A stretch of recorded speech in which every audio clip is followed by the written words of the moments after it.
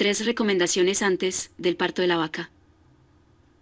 Los cuidados antes del parto de las vacas depende de los trabajadores del hato o de los dueños, quienes deben garantizar a la vaca el bienestar animal y al mismo tiempo mitigar la presentación de enfermedades. A continuación, te hablaremos de algunas recomendaciones a tener en cuenta antes del parto.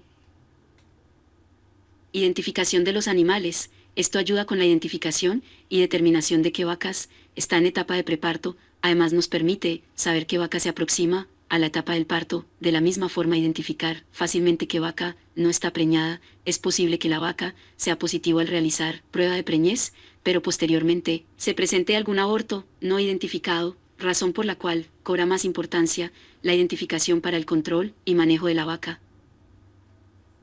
Apartar las vacas a potrero cercano a la casa. Cuando se dispone de procesos de lechería especializada, estas vacas deben asignarse al lote de ordeño con el fin de que inicien con la suplementación y cuenten con mejores reservas energéticas. Estas vacas consumen menor cantidad de materia seca, razón por la cual no disponen de suficiente energía para los procesos antes y después de parto.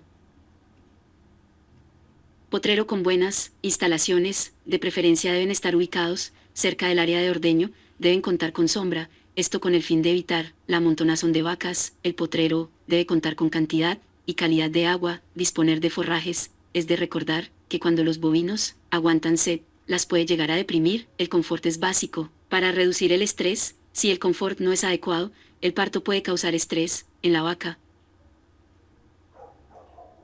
Hay que evitar tener a las vacas en los lugares más apartados cuando se encuentran en el periodo de preparto, ya que esto no les proporcionará buenas condiciones y no las preparará para el momento del parto, etapa donde muchas veces comienzan a presentar distintas dificultades.